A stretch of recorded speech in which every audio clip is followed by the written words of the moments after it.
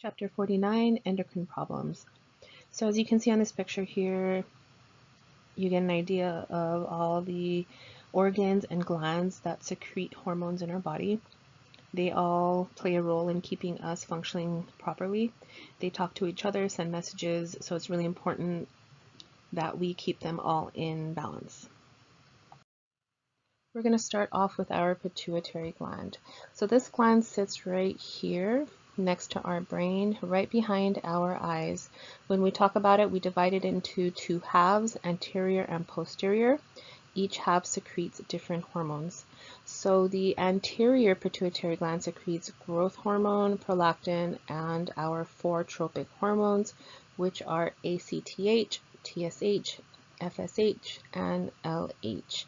The two that we will be talking about today is ACTH and TSH. Posterior pituitary gland secretes antidiuretic hormone and oxytocin. We will be focusing on antidiuretic hormone, otherwise known as ADH. This is just another picture so you can see that there are many things regulated by hormones that our pituitary gland secretes. The first endocrine problem we're going to talk about is acromegaly.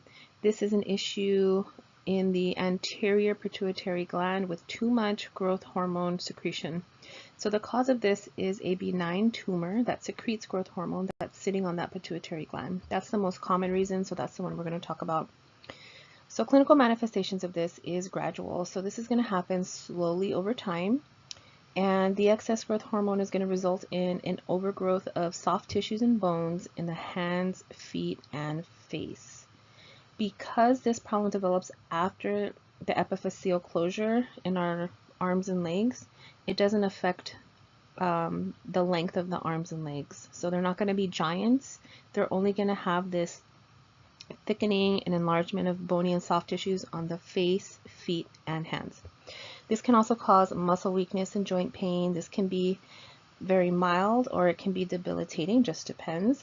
It can lead to carpal tunnel, peripheral neuropathies, tongue enlargement, which can affect their speech. It can cause sleeping issues, sleep apnea.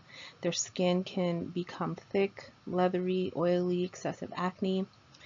Vision changes. That's because our pituitary gland is very close to our eyes, the optic nerve behind our eyes. So if there's a tumor there, it can push on that optic nerve and affect our vision. Headaches, again, it's sitting behind our eyes, very close to our brain, so it can affect, we can have headaches. Growth hormone antagonizes insulin, so it's going to cause some glucose intolerance over time, possibly diabetes. It can also affect the heart and contribute to uncontrolled hypertension. The way we're going to diagnose this is a good history and physical. There are a few lab results, so oral glucose tolerance test can be done. Again, that's because growth hormone does antagonize insulin, so growth hormone levels will still remain high even after this test. We can do imaging to see if we can see that tumor, and we also want to do an eye exam because, again, it's so close to our optic nerve. These patients' life expectancy is reduced by 5 to 10 years. So the prognosis of acromegaly really depends on what size the tumor is, when did that tumor pop up in their life, and when they started treatment. The overall goal is to reduce those growth hormone levels to a normal value. The treatment of choice is surgery. It's called a hypophysectomy, and that's where you go in and remove that pituitary gland, which is the culprit, with a tumor on it. You can see in the picture here that approach, right under the nose, right back behind that sinus cavity. So they can also do radiation. Maybe if surgery is not an option, radiation can shrink the tumor. And then there are some medications that can help reduce that growth hormone level also. All right, so let's talk about education after you have a hypophysectomy.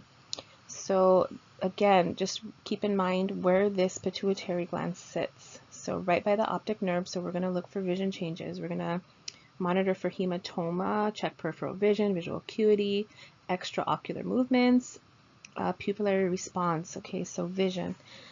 Other complications can be a CSF leak, that is cerebrospinal fluid leak, because we are so close to the brain.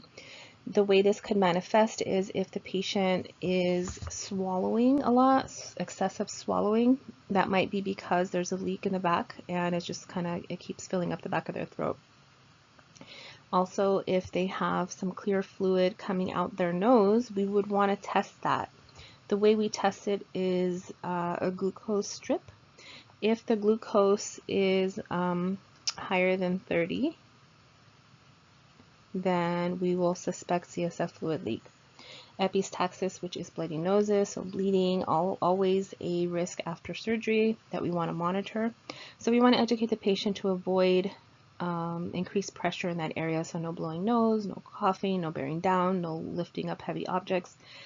We do want to do a strict I&O because we want to make sure this patient doesn't develop DI or SIADH, which we'll learn about and then understand why that is later. We want to keep the head at least 30 degrees, head of the bed at least 30 degrees, gentle oral care, and avoid toothbrush brushing for 10 days just so that we can protect that incision line that's in the mouth. And because we're removing this gland completely, all of those hormones that gland secretes need to be replaced, and that's going to be lifelong replacement therapy. Okay, so here we are, SIADH, syndrome of inappropriate antidiuretic hormone. This is a problem of the posterior pituitary gland, and now we have too much ADH, so too much of antidiuretic hormone. So this hormone is what helps to regulate our fluid balance. So this is secreted by the pituitary gland, and it's a message, okay, it's a hormone, it's a message that talks to the kidneys. So the kidneys take this message, and based on how much ADH we have is how much urine they're going to either return back to, or fluid they're going to return back to circulation, or they're going to excrete it out as urine. So this pathophys map here is from your textbook. So here we have too much ADH. Okay, it's going to talk to the kidneys and tell it to reabsorb that water, so it's not going to excrete it. That's going to result in increased intravascular fluid volume. So that just means that the fluid is going to stay in us, in our vessels. And the end result here is going to be dilutional hyponatremia and decreased serum osmolality. So because there's so much fluid in our vessels, it is diluting our vessels, everything in our vessels. So the main problem here is going to be dilutional hyponatremia, so low sodium, and decreased serum osmolality, so very, very dilute blood. Clinical manifestations: low urine output because our kidneys are just not excreting the urine, and high specific gravity. So high specific gravity urine, that means the little urine that this patient is excreting is going to be very, very concentrated, very, very thick. Low urine output, very concentrated.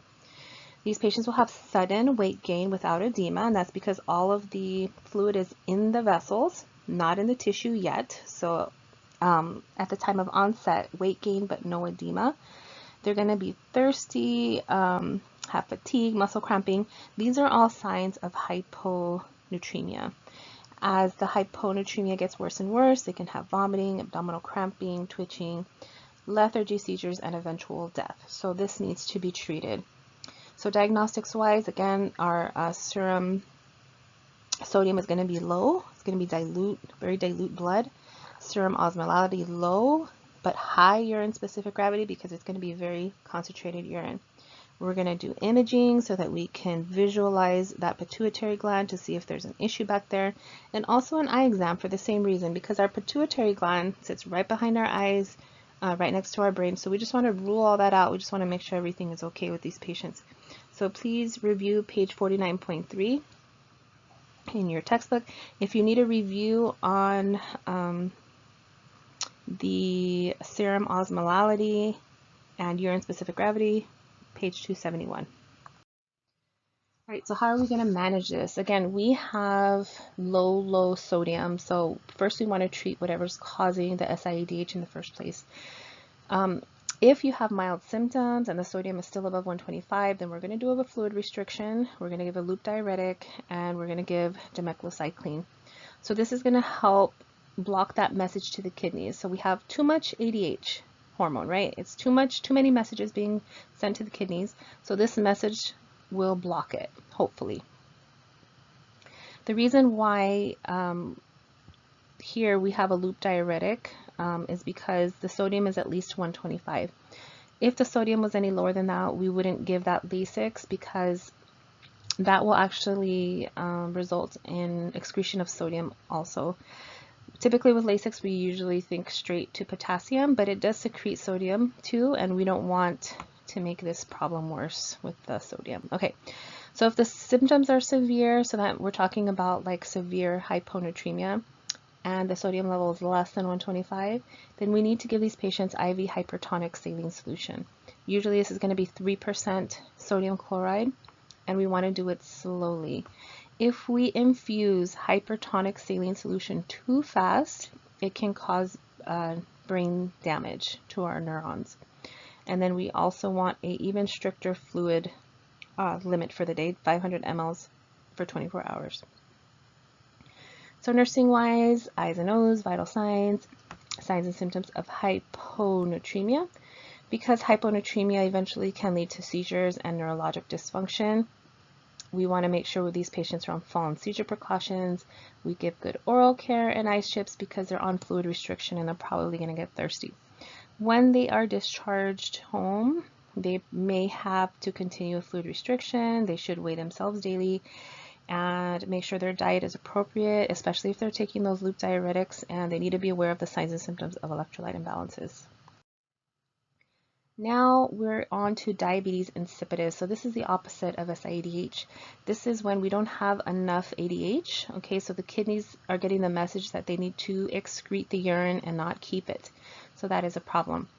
So with this one, it can actually be a problem with the posterior pituitary gland again, where it's not secreting or making enough ADH, or the kidneys for some reason are not responding to it. So maybe the pituitary gland is making enough ADH, no problem with them, but the kidneys are just not responding to the message. Okay, and they keep excreting.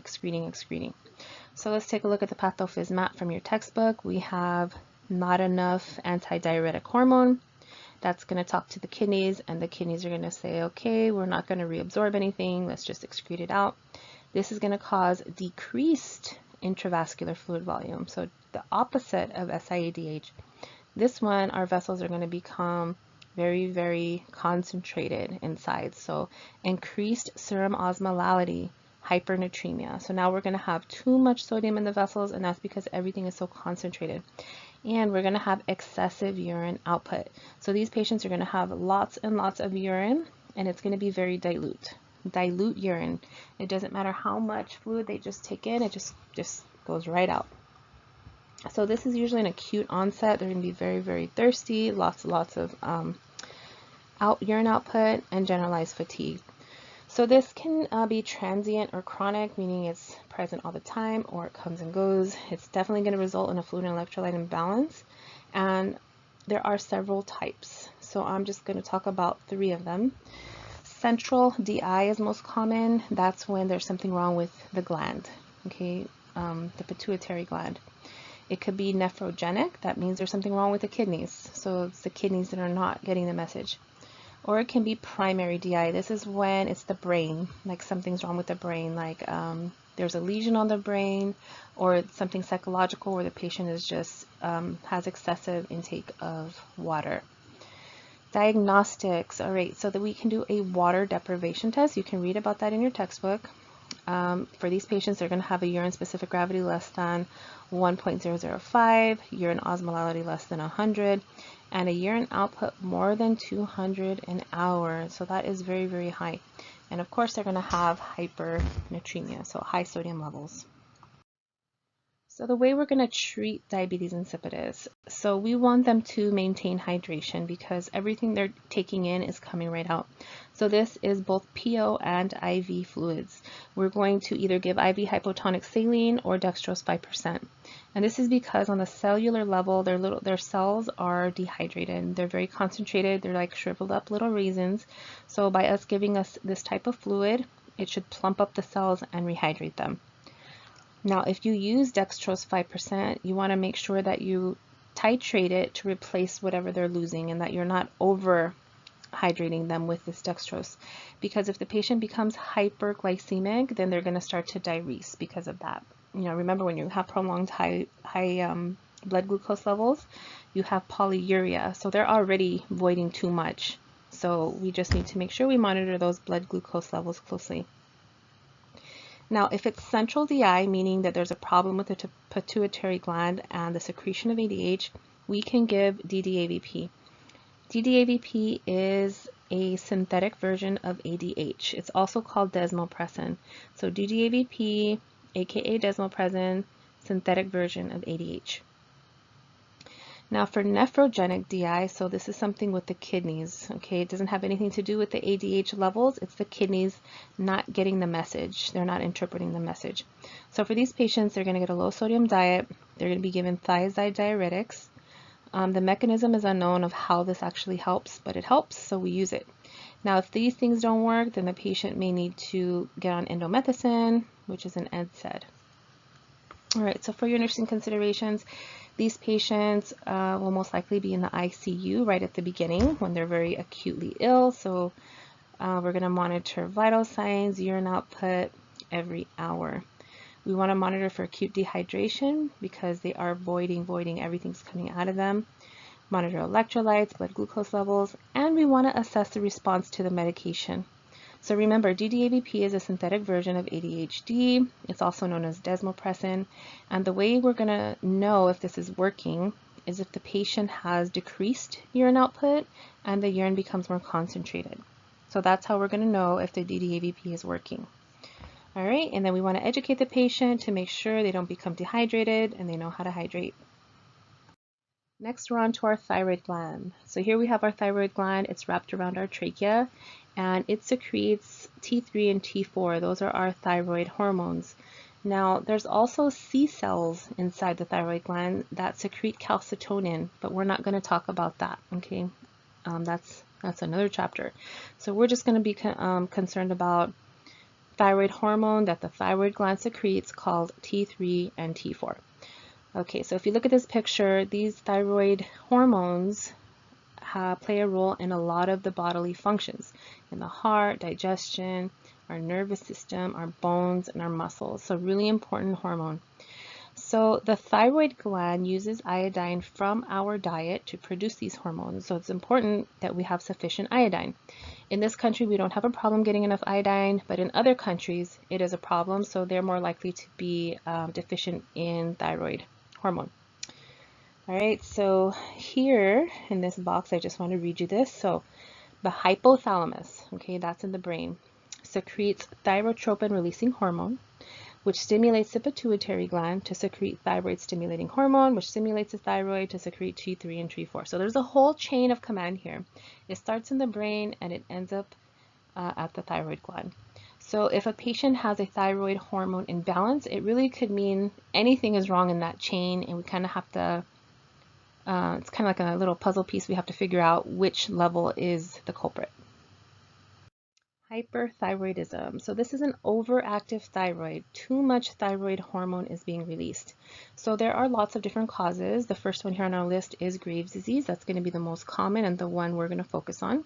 Also, toxic nodular goiter, thyroiditis, too much iodine, pituitary tumors, thyroid cancer, and just by taking too much thyroid medication can put you into hyperthyroidism. Okay, so let's talk about Graves' disease. That's the one we're going to focus on. So Graves' disease is an autoimmune disease. So our antibodies, okay, this is where we attack our body, right? So with Graves' disease, our antibodies are going to bind to receptors on the thyroid, and it's going to start stimulating the thyroid. So the thyroid just continuously starts to secrete thyroid hormone for no reason, just because our antibodies are there stimulating it. That's what happens. Over time, this can actually kind of make the thyroid atrophy and die, those tissues, because of overstimulation, but that's a long-term complication.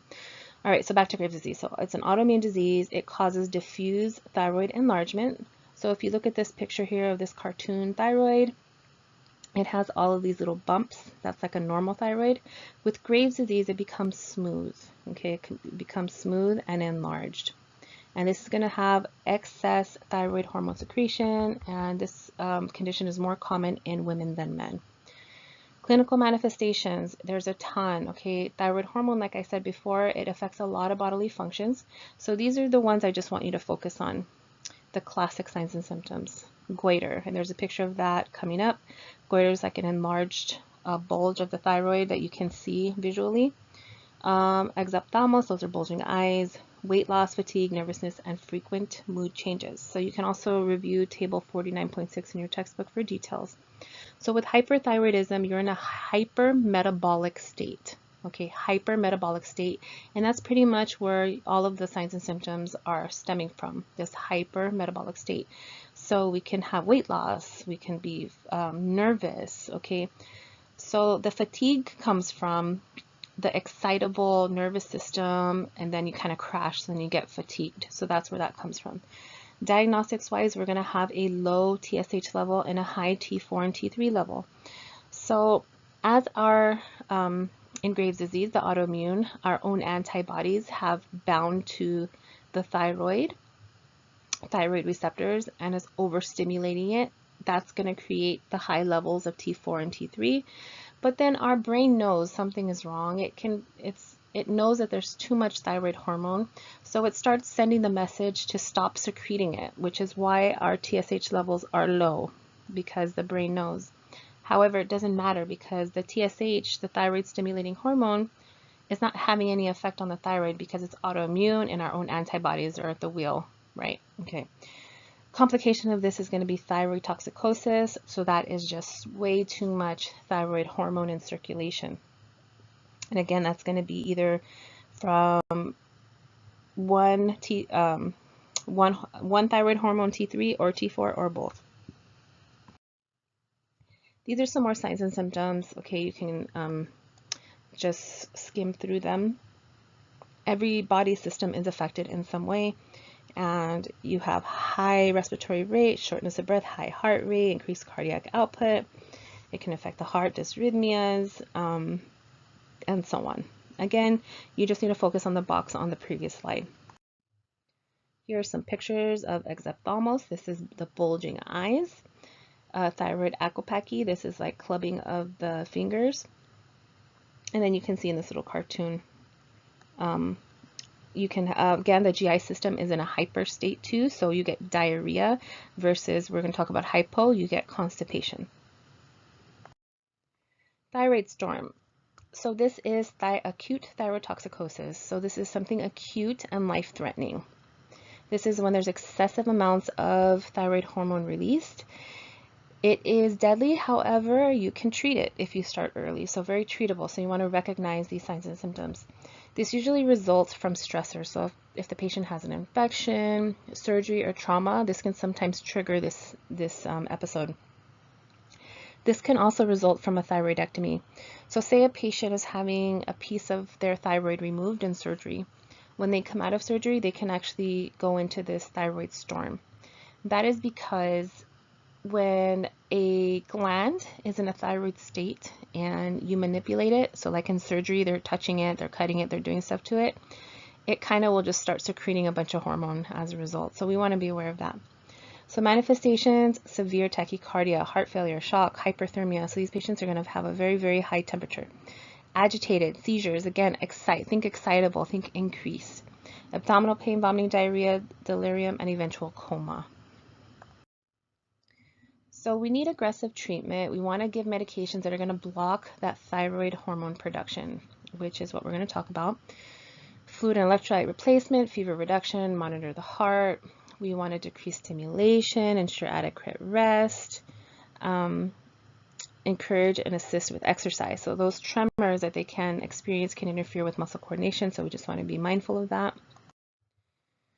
Okay, so how are we going to diagnosis? Again, we're going to have a low TSH, we're going to have a high T3, T4.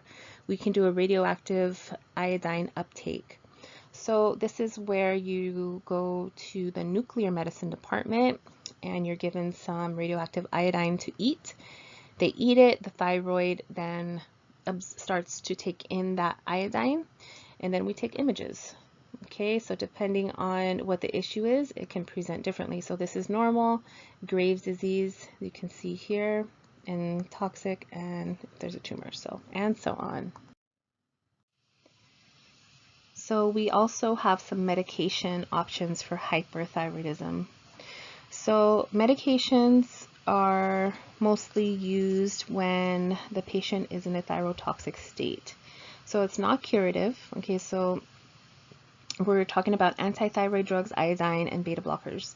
So when the patient is in a thyrotoxic state, this is going to be the one of choice.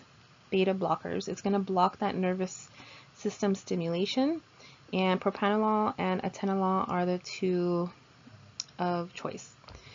We can give tapazole. This inhibits thyroid hormone synthesis, but it takes a couple weeks to start working, and then it takes we don't see the results until up to 2 months later. Patients are taking this for over a year, so this is more kind of long term. And then iodine also inhibits the synthesis of thyroid hormone, and it also decreases the vascularity of the thyroid gland. So this is typically given before surgery so that the thyroid doesn't bleed as much. Again, this takes a couple weeks to take effect. So during a thyrotoxic state, we're going to give beta blockers. Right? Beta blockers. Also for treatment, we talked about radioactive uptake scan. That's a diagnostic procedure. Here we have radioactive iodine therapy. So this is the one where the radioactive component is much higher. So this is intended to destroy thyroid tissue. So it's a very similar setup. They're given something to eat with this radioactive substance, and the thyroid starts to, take it in, and then over about 3 months, it starts to destroy thyroid tissue. Now this is pretty effective. It's actually the treatment of choice as long as you're not pregnant. These patients might have medication before then, beta blockers, and up to 3 months until this starts to kick in and start working. We just want to be careful because this can actually cause hypothyroidism because so much of that thyroid has been destroyed. It's given on an outpatient basis. We want to educate, and we also want to educate on radiation precautions. No children, no pregnant women should be around these patients. They should be encouraged to drink a lot of fluids to flush out that iodine, the radioactive iodine. They should sleep alone for 3 days, keep at least 6 feet away from people for about 3 days, good hand hygiene, and they should wipe the toilet seat after each use. Okay, patients can have thyroid surgery. Not every patient who has hyperthyroidism needs surgery. So if the patient's thyroid is very enlarged, they have a very large goiter that's compressing our trachea, then that can lead to a compromised airway. So that may be an indication for surgery. If the patient has been giving medications and it's not working, then maybe they'll get surgery. Definitely if they have thyroid cancer, they're going to need surgery. Or maybe if they're not a candidate for whatever reason for that radioactive therapy, then they'll have surgery. So this is going to cause really, really quick a reduction of thyroid hormone levels. So these patients, we need to be really careful and monitor for hypothyroidism. So let's see, they can either take out the whole trachea or they can leave partial, like here in the picture. So preoperatively for thyroidectomy, we want the patient to have a normal thyroid level as possible. So we're going to give all of those medications at least 1 to 2 weeks before the surgery, including that iodine to decrease the vascularity of the thyroid so that we don't have a lot of bleeding during surgery. So right after surgery, we want to monitor for complications. We talked about hypothyroidism because those thyroid levels are going to come down pretty quick, so we want to make sure that they don't go down too low. Patients may also develop hypocalcemia. That is because our parathyroid glands are sitting on top of our thyroid. So if you remove those, our parathyroid help to regulate our calcium levels in the blood, so they might develop hypocalcemia. So we want to make sure we have IV calcium available. For the first 24 hours, there could be some edema in that area, so we want to be careful with tracheal compression and, of course, hemorrhage, just like any other surgery. Laryngeal nerve damage can lead to vocal cord paralysis. So if both vocal cords become paralyzed, it will cause a spastic airway obstruction. So that will mean that the patients need an emergency tracheostomy. So we want to make sure we have all of that equipment at the bedside. Also, postoperatively, I mentioned before, when a thyroid is in a hyper state and then you have surgery and you're manipulating it, you're touching it, you're moving it around, it can cause it to release a bunch of thyroid hormones. So these patients can also go into thyroid toxicosis post-op, and then of course infection. Okay, so these patients should be in semi-Fowler's positions. You can see where this incision is. So you definitely want to support the neck, avoid tension on the suture line, monitor vital signs, early ambulation is okay, and then provide psychosocial support. Remember, patients who have hyperthyroidism are in a hypermetabolic state, so they need high-calorie diet.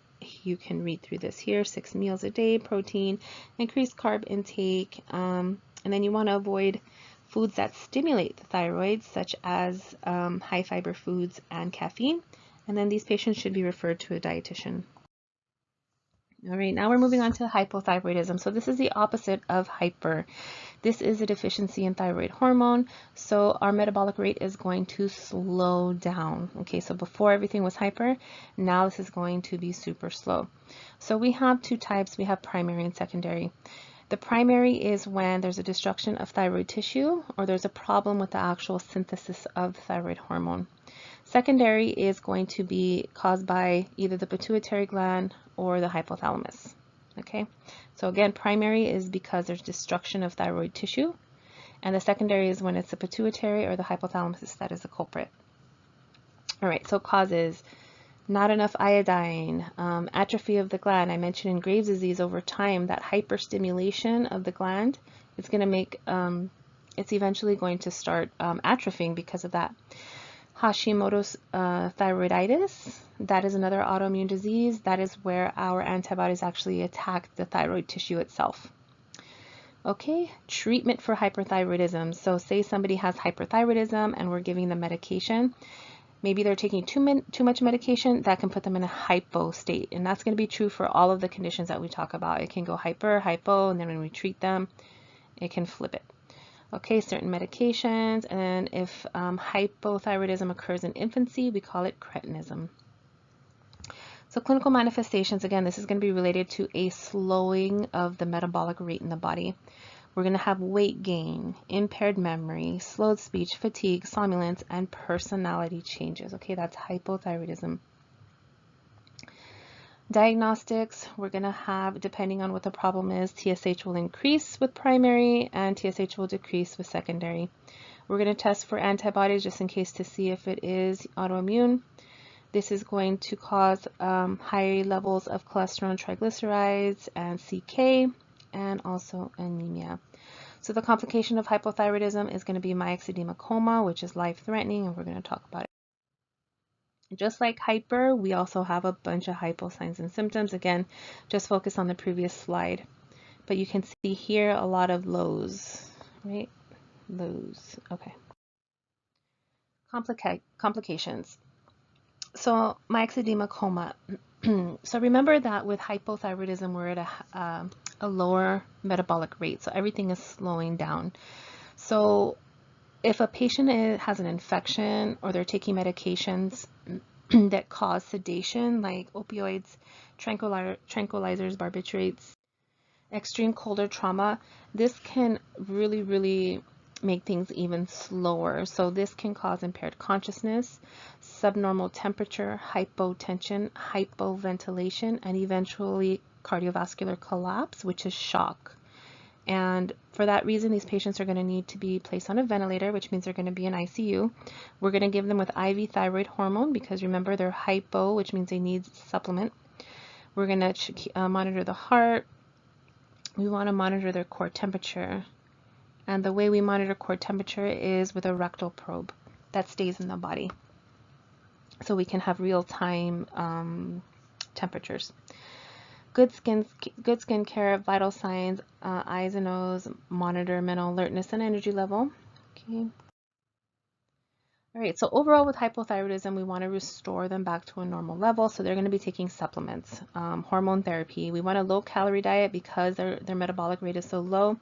We're going to give Synthroid, levothyroxine, which is thyroid supplement, thyroid replacement hormone. We're going to start with a low dose and continue to adjust the dose until it fits for that patient. We want to monitor for chest pain, weight loss, nervousness. We do want to assess the heart rate with Synthroid. And then we want to keep monitoring the blood results so that we can tweak the dose as needed. Just like any hypo issue, it's going to be lifelong therapy, so we want to make sure the patient understands that. Lots of teaching. A patient who has hypothyroidism kind of has a slow mental processes, so we want to make sure that we give them written instructions. We want to emphasize lifelong therapy. They shouldn't abruptly stop these hormones. They should be aware of signs of hypo and hyperthyroidism. They should definitely make follow-up appointment with their doctor. They should not switch brands, and that's because every manufacturer has a different composition of what's actually in the tablet, so we want them to stick to the same brand, and so on. You can read these.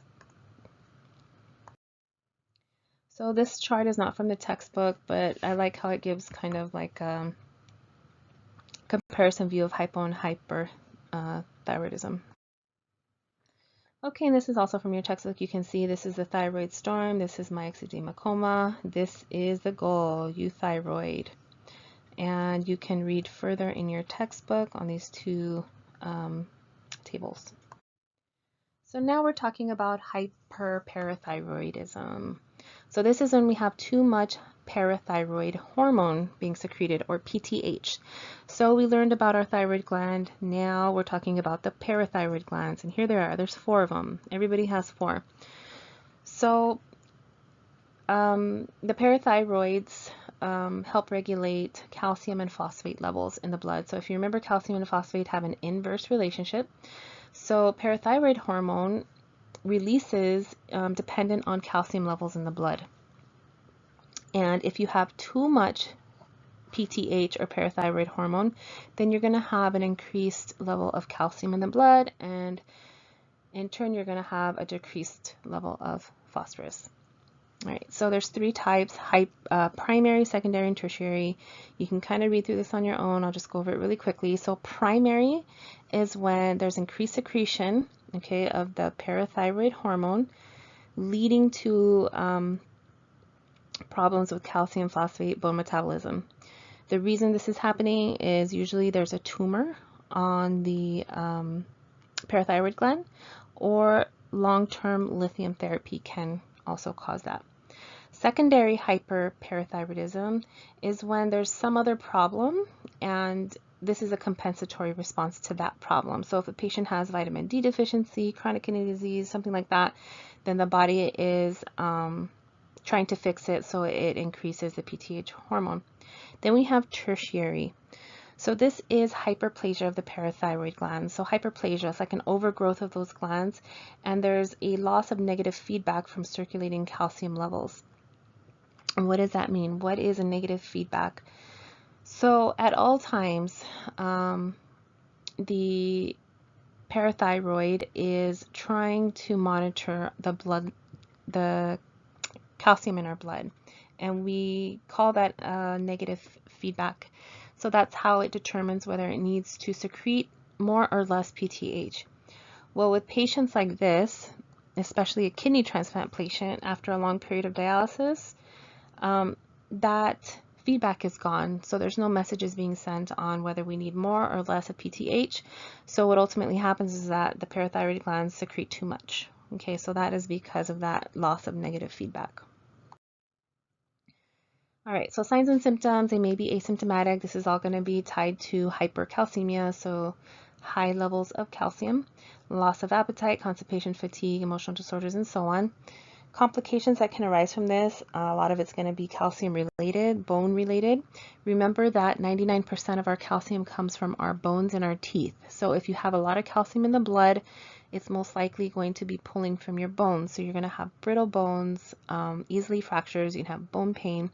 All that calcium can lead to renal failure. Remember, our kidneys don't like stuff like that in our blood, and it's going to start obstructing things. It can develop kidney stones, pancreatitis, heart problems. Okay, so not good. So how are we going to fix this? It's either going to be surgery or non-surgery. So with surgery, it is called a parathyroidectomy, okay? And just like surgery of other glands, it's going to lead to a very fast reduction of calcium levels. So we have to be careful because they might become hypo. They can also do an autotransplantation. So for example, if a patient is getting their thyroid removed, they can cut out the parathyroid glands and insert them on another part of the body. Like for example, in this picture, this is a popular spot on the arm. They implanted the parathyroid glands there and they work fine. They'll just continue where they left off. So remember, patients who have had surgery for hyperparathyroidism and have had those glands removed will need calcium supplements for the rest of their life. Okay, so that's important education. If the patient does not have surgery, they are going to need to be followed up for the rest of their lives. We want to monitor their blood levels. We want to monitor their bones, so DEXA scan, x-rays. If they have severe but they're not having surgery, then IV sodium chloride solution and diuretics, biphosphonates can help. If it's secondary hyperparathyroidism, there's calcium-semitic agents and sinacilacet, or Sensipar is more commonly known. Post-operatively, this is going to be similar to a thyroidectomy. So we're going to make sure we're assessing all of those electrolytes, assess for Chvostek and Trousseau signs, which is on the next slide. And then we want to promote bone health. Okay, so this is from your textbook. You can take a look. Again, this is for hypocalcemia. All right, hypoparathyroidism. Okay, so we just talked about hyper, that's too much calcium.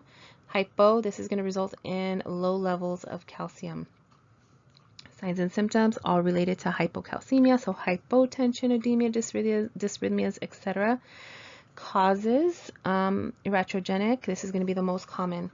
Accidental removal of the parathyroid glands, or maybe the patient had neck surgery and then the vascular supply was obstructed and then they died. So that's the most common. Idiopathic is something that they're born with, so maybe the patient didn't have parathyroid glands, or fatty replacement, they turn into fat, or atrophy of the glands, which can be related to a rare disease. So those are some of the causes. Diagnostics, we're going to have a low PTH, low calcium, but a high phosphorus, again, because calcium and phosphorus are inverse. Treatment. So this is hypo, so we're going to have to replace the calcium. We want to avoid tetany, which is severe hypocalcemia, can result from severe hypocalcemia. We want to make sure we have IV calcium available for emergencies. Education-wise, of course, since this is hypo, they're going to be on lifelong supplements, calcium supplements. They should eat a high calcium diet and avoid foods that contain oxalic acid, which can block the absorption of calcium in the diet. And then they should definitely routinely get their blood drawn 3 to 4 times a year. Now on to the adrenal glands. So our adrenal glands sit on top of our kidneys here. Okay, so we have 2 of them. And they secrete our steroid hormones. So our glucocorticoids, our mineralocorticoids, and our androgens. We are most familiar with cortisol as our glucocorticoid and aldosterone for our mineralocorticoid. Our androgens are our sex hormones. We're not going to talk about those during this chapter. And for your knowledge, if you hear the word corticosteroid, that is actually referring to any of these 3. So it's just a general term. Cushing syndrome. So this is a result of too much corticosteroids over a long period of time. And the causes are high dose of cortisol-like glucocorticoids, or a tumor that's sitting on the pituitary gland that's secreting ACTH, which then stimulates cortisol to be secreted. So we're talking about a syndrome versus this would be considered disease. So Cushing disease is when there is a tumor. Okay, syndrome is everything else. So manifestations, this is broken down, but you don't need to break it down. This is just an overall view here.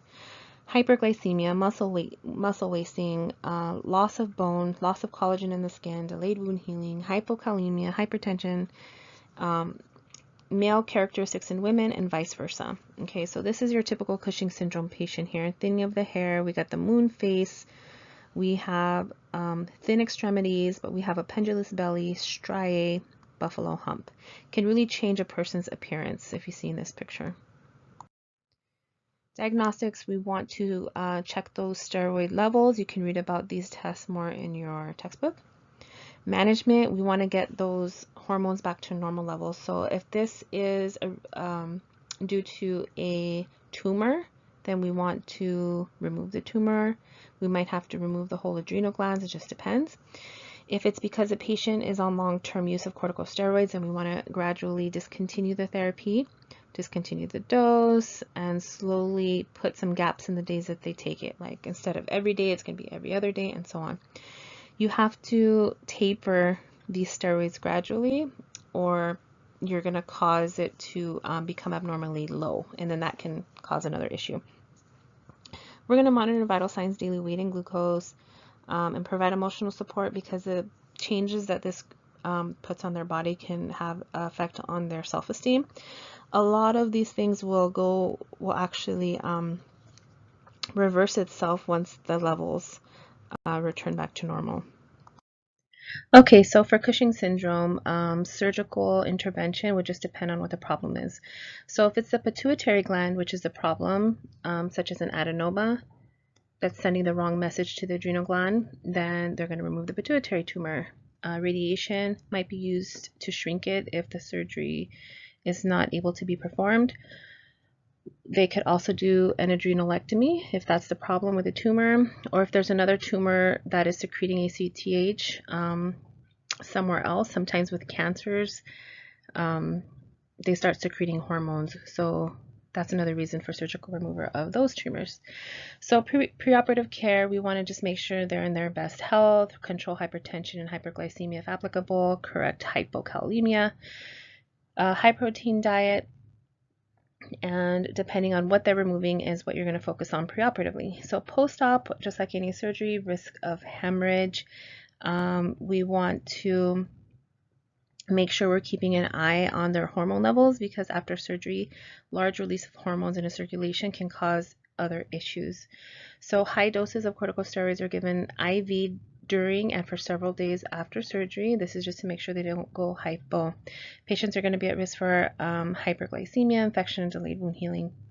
So of course we want to report any significant changes in vital sign, monitor I's and O's, give replacement corticosteroids as necessary, and then we'll be sending urine samples every morning, daily, to check for cortisol levels. All right, so post-operatively, we want to monitor for acute adrenal insufficiency. So because this is a hyper, right, of the steroids, then we want to make sure that after all of that intervention, they don't go hypo. After discharge-wise, they should be sent home with a home health nurse. They should wear a medic alert bracelet. They need to avoid exposure to extreme temperatures, infection, and stress. They need to follow up with their doctor if they have issues, and how to adjust their medication, because remember, we need more cortisol to handle stress. So in situations where the patient's going to be more stressed, like infection, illness, something like that, they're going to have to adjust their doses. And again, they're going to need lifelong therapy. Okay. Moving on to adrenal insufficiency. So now this is the opposite of Cushing syndrome. This is when we don't have enough of those steroid hormones. So there's a few different reasons. So just keep in mind, we're talking about our hypothalamus, it could be our pituitary gland, it could be the adrenal glands, or it could even be the kidneys, or it can be a result of even medication. So adrenocortical insufficiency, we don't have enough of those steroid hormones. If you remember, those glucocorticoids, mineralocorticoids, and androgens. So what causes this? There's many different things. One we're going to focus on is Addison's disease.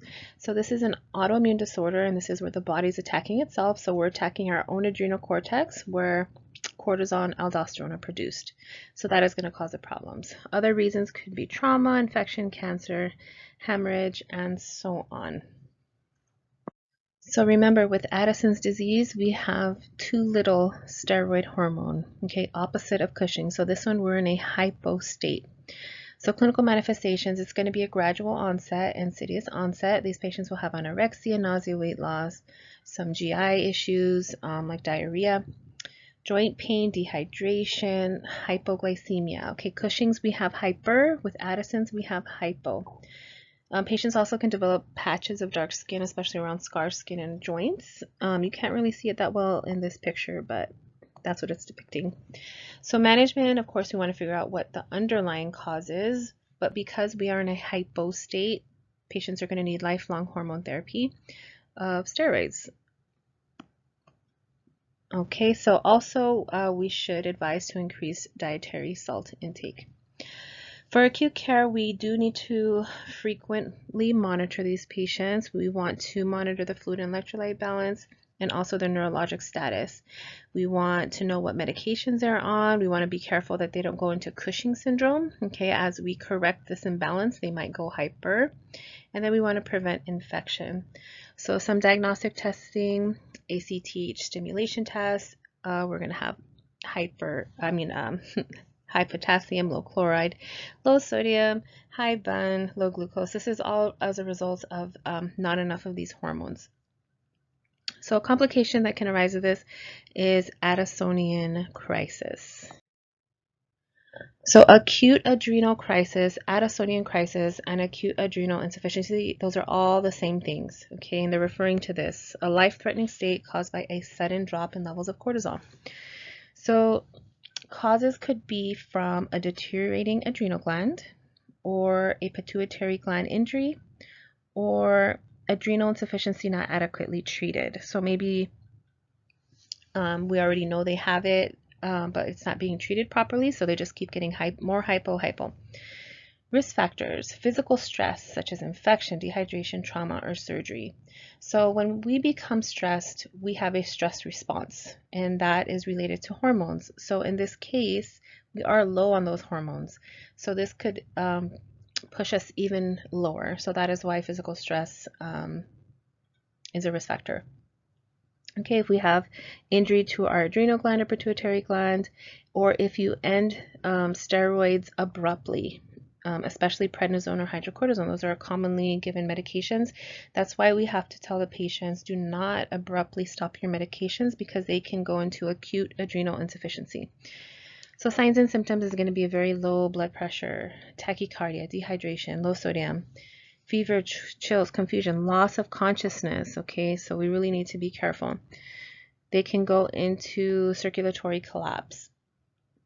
So we want to manage this by treating the shock. Okay, remember when you think of shock, think of hypovolemia, so they're going to need fluids. And we need high dose hydrocortisone replacement, either IV or IM. And then we want to protect them from extremes like light, noise, and temperature because they can't cope with stress because they're going to be so low on corticosteroids. More patient education. They should wear a medical ID bracelet. They should carry an emergency kit, very similar to patients who have who are type 1 diabetic who carry glucagon. With Addison's disease, these patients should carry an emergency kit with Solumedrol IM injection. And then, of course, we want to educate them how to use it, and the people around them should know how to use it too. So when they're taking their medication, hydrocortisone, you can read this here. Glucocorticoids are usually given in divided doses, 2/3 in the morning and 1/3 in the afternoon. That's supposed to mimic our own body circadian rhythm. When the patient is stressed, so like if they are sick, if they had a trauma, if they're having surgery, doses need to be increased, and that should be something that they call the physician for to adjust. So this is more information on corticosteroid. I believe you covered this in Pharm. This is just a quick little overview. So when patients are on steroids, we want to make sure that we're monitoring their potassium and calcium. their blood sugar, their blood pressure. They're susceptible to delayed wound healing and an infection. Overall, their immune response is suppressed. So we want to make sure we educate them on all ways to prevent infection at home. We need to give them all of this teaching here. There should be just, it should be a review for you. And our last condition, hyperaldosteronism. Okay, so we're talking about aldosterone. So aldosterone is secreted by the adrenal glands, and this means we have too much. So aldosterone hormone regulates sodium retention and potassium and hydrogen excretion. So when somebody has hyperaldosteronism, the hallmark sign and symptom is hypertension with hypokalemic alkalosis. Okay, so high blood pressure with low potassium and alkalosis. So sodium retention, they're going to have hypernatremia, hypertension, headache, but no edema. Hypokalemia, here are the signs and symptoms. You should be familiar with that. So two different types, primary and secondary. So primary hyperaldosteronism is a problem with the adrenal glands. For some reason, they're secreting too much. With secondary, the problem somewhere else in the body that's causing the adrenal glands to release too much aldosterone. All right. So diagnostics wise, we're going to do some lab work. Okay, we want to monitor food and electrolyte imbalance. Remember, with all of these hormones, they can affect our electrolytes, so we want to make sure that we're always monitoring those.